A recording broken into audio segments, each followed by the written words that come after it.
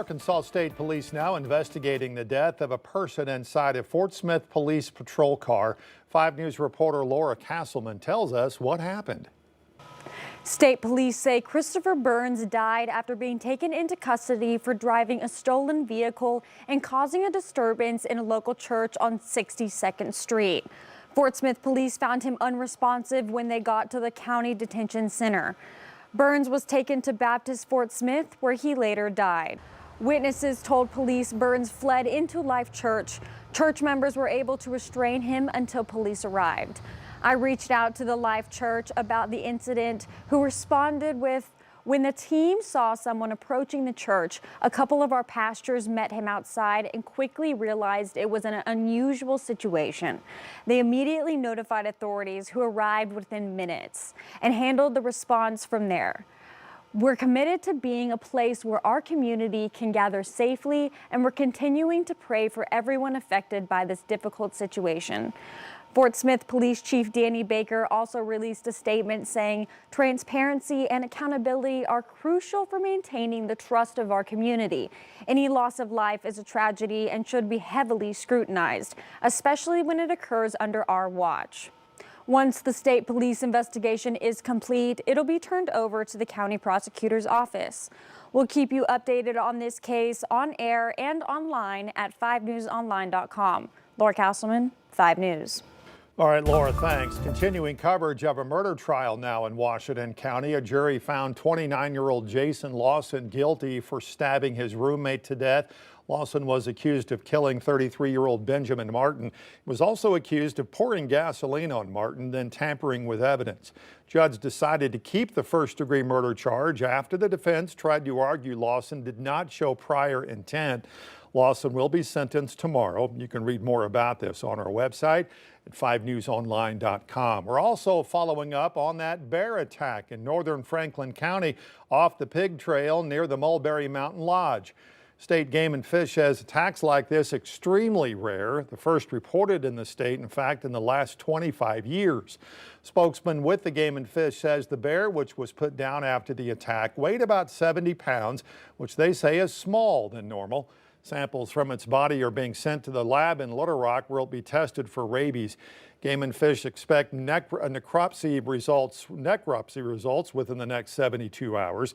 Now, the victim was initially airlifted to Washington Regional in Fayetteville, but was later sent to Little Rock. A Charleston man accused of running over another man with his truck has pled not guilty to attempted first-degree murder. Darren Brown arrested on August 15th following a dispute with his brother. Court documents say police were called to a property off Highway 215 in Charleston where a man reported Brown had run over his brother. Man later taken to a nearby hospital and treated for his injuries. Brown is also facing 4 additional charges. New tonight, Tyson Foods has announced a new chief operating officer after the former COO left the company because of a company code of conduct violation. Brady Stewart served as the chief supply chain officer and group president of prepared foods, beef and pork. Tyson said he violated the company's code of conduct but did not elaborate on those violations. Devin Cole is now the new COO. The company says he has more than 30 years of experience. Most recently served as group president of Poultry and International. Tyson says it will share more details about the, quote, leadership updates a bit later this month. Missouri Republicans began redrawing the state's congressional map today. That shift would give the GOP an advantage in 7 of Missouri's 8 U.S. House districts. That proposed map would dramatically split up a Kansas City area district, adding deep red rural counties. Republicans calling it a, quote, better map for Missouri. Missouri Democrats, though, said the move is a blatant power grab, warning it deals a devastating blow to democracy. The plan is expected to clear the Republican supermajority in the legislature as early as next week. Meanwhile, Oklahoma's top auditor says the state has misspent nearly hundreds of millions of dollars from the federal government. Austin Hedgecoth shows us what that could mean for taxpayers in the Sooner State. Oklahoma State Auditor Cindy Byrd released the Oklahoma Federal Audit for 2023 last week. The report explores how Oklahoma is spending federal funds. And it's like a checkup to make sure that the state of Oklahoma is utilizing these grant funds for the purposes that the federal government gave them to Oklahoma for. Though what Byrd found, $93 million spent in ways it shouldn't have been spent. Now, to put that into perspective, before the pandemic, we were seeing around $5 million a year in question cost. Now we are up to $93 million in question cost. Byrd says, like many states, Oklahoma wasn't prepared for the windfall of cash that came down from the federal government during the pandemic. Looking at recent audit reports from states similar in size to Oklahoma, Louisiana identified $260 million in question costs, Connecticut $167 million, Oklahoma $93 million, and Utah $47 million. Byrd says the mismanagement left thousands of Oklahomans without the help they should have received in areas like daycare and rental assistance. Now the federal government will decide if Oklahoma needs to pay that money back. If this federal government requests Oklahoma to pay these funds back, it will be us, the taxpayers, who pay these funds back to the federal government. Byrd says change is a must to protect the taxpayers and those in need. Any dollar misspent means that someone didn't get the service that a taxpayer paid for. Organizers of the Chili Pepper Cross Country Festival announcing plans for this year's event. The festival has been running for 36 years and features races with high school and college athletes from all across the state.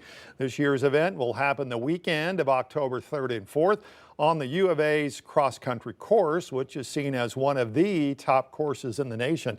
Since its founding in 1988, the Chili Pepper Festival has raised more than $1 million to support high school cross-country programs in 25 schools in Benton, Washington, Carroll, and Madison counties. UAMS in Fayetteville hosting a ribbon-cutting ceremony today for the opening of its new clinic dedicated to the treatment of ALS. Also commonly known as Lou Gehrig's disease, ALS is a progressive neurodegenerative disease that affects nerve cells in the brain and spinal cord. Over the course of the disease, people lose the ability to move, speak, and even breathe. A Bella Vista man diagnosed with ALS 6 years ago says this new center will be a relief with all the new treatment options that will now be available in Northwest Arkansas. All the different care you need, wheelchairs, breathing equipment, aspiration equipment, all this stuff, they help you with it. That new clinic, by the way, at UAMS in Fayetteville will help fill the need for therapy and ultimately help address disease progression. Northwest Arkansas Community College seeing a record number of students this fall, primarily because of high school concurrent classes. NWAC says it has more than 9,000 students enrolled in credits for the fall semester. More than 3,000 of those are students from high schools. College says it's the result of enduring partnerships with more than 40 schools in this area, alongside expanded access to those concurrent programs. Starting this year, this fall term, concurrent enrollment is free to students and families under the Access Act. And so working through that with our school partners took some time, a lot of question and answers, a lot of workshopping, but really we're happy with how the state supported us in that effort, and it benefited our students really well. And we'll only continue to grow from here. That Access Act, by the way, passed by Arkansas lawmakers in March.